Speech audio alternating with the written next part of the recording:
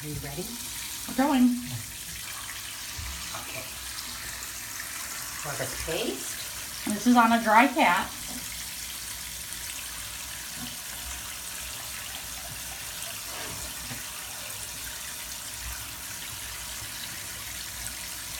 Talk, Mama. Work it in all over the cat. Down the legs, under the tummy, under the chin. All the dirty parts. Add a little water. Sober up.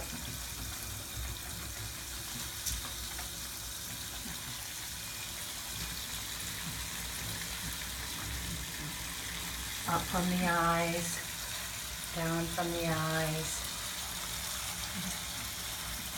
Add a little more water so you get a really nice lather going. This is why I like Orvis better than Goop, because it makes a nice lather and gets the cat really clean. Pay attention to the butt. Bottom of the feet.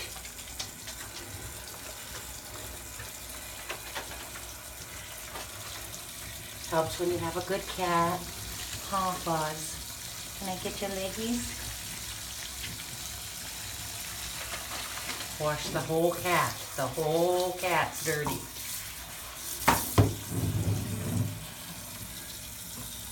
Up from the eyes again. Paying a lot of attention to creases.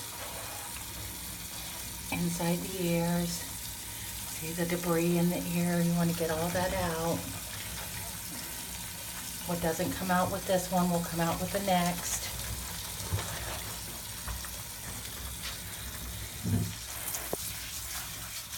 Just keep adding water, working it, working it, working it.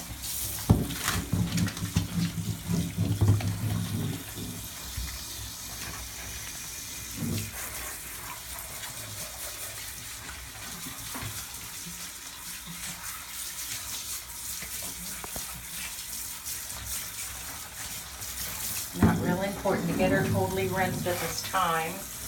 Then we're going to add Dawn. Green Dawn or orange Dawn, not blue Dawn.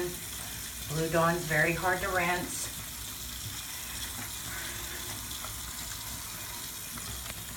Scrubbing, working it up into a nice lather, repeating all the steps up from the eyes. I know it. The chinny chin chin, the ears, down the legs, through the chest,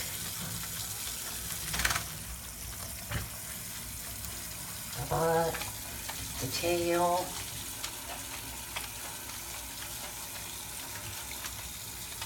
all the way down to the feces.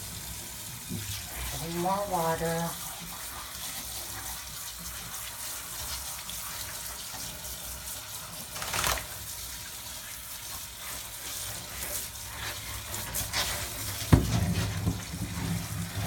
You're not drowning.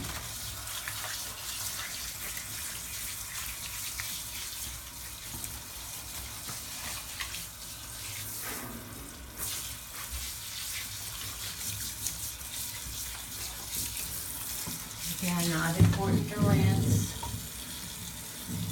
This is tea tree shampoo.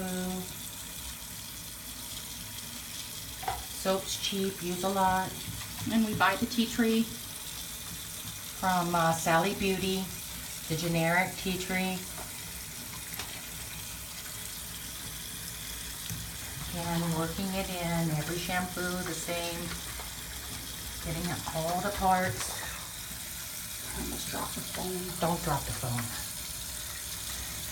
Down the tail, on the buttsie, and the feeties. Tea tree is very, very good for their skin. Very, very healthy. If they would have any dandruff problems or fleas or anything like that. It would take care of all of that. And you're careful with the tea tree around the eyes, right? I am carefuler than I am with the other shampoos.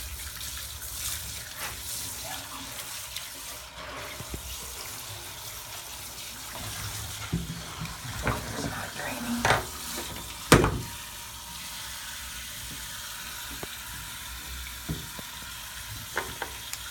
Are you losing hair, Fuzz?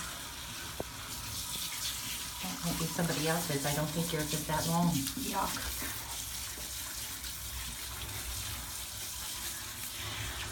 And rinsing, not to completion, but getting a good rinse off of from that soap to the next one. And she's a flat face compared to a cat with a nose. So is there a difference with that? The flat face Persian gets a lot more dirt in the creases here around the eye. You see the little dark. Want to just get all that stuff as away from the face and clean as you can. Same thing with the ears. Their ears are a little bit more dirty because of the flat face. So you just want to push all that stuff away from the ear and make sure that you get it nice and clean on the inside so it stays nice and clean on the outside. And what are the most greasiest spots on a cat? Where you pay the most attention to while cleaning? Behind the ears is very, very dirty. Under the chin and here where they eat, of course, it's going to be very dirty. Armpits, leg pits, butt. Base of tail, right? Yeah, base of the tail. This whole area is going to need, you're going to need to pay particular attention here and here, the two dirtiest spots on a cat. Okay, and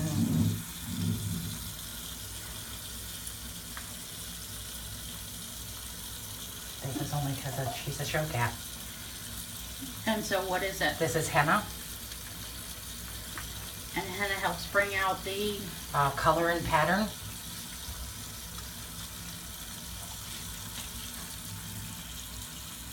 And unfortunately, we can't pause this video. Oh, it's okay, fuzzy butt.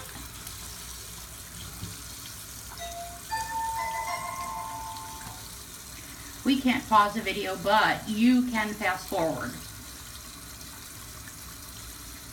The henna has to set on for several minutes. I know it, Missy. Henna is for color and polish. It's the last thing we do on the cats to enhance their color and shine.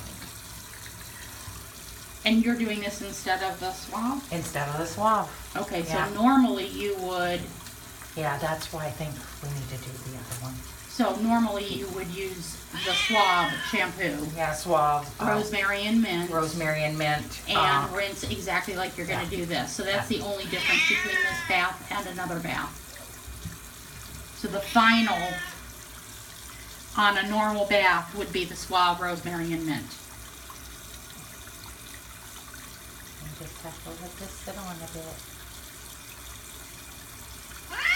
Now, under normal circumstances, I shouldn't say normal, but what happens if the cat isn't as cooperative as Fuzzy is? A lot of times you'll turn the cat upside down by scruffing the neck. Or where you touch them. Like if you touch them on the neck, like I'm holding her here, it kind of gives them the feeling that their mother is touching them and they need to behave. So it's where you touch them. Or I'll hold their hands, because if you hold their hands, you're in control of them. So between my fingers around her neck and this here, I am totally in control of the cat. I don't need to be in control of her because she's good.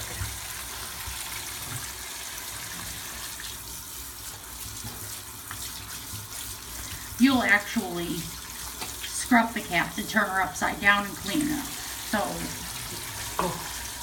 and she doesn't like that. And that's what we do with babies. Is we will do this with kittens, and they're totally okay with that as long as you're scruffing them. Yeah. Just holding the skin, not being mean, not hurting them in any way, just pinching the skin. Now we start the final rinse. The final rinse is the most important. You have to make sure every piece of soap is off the cat.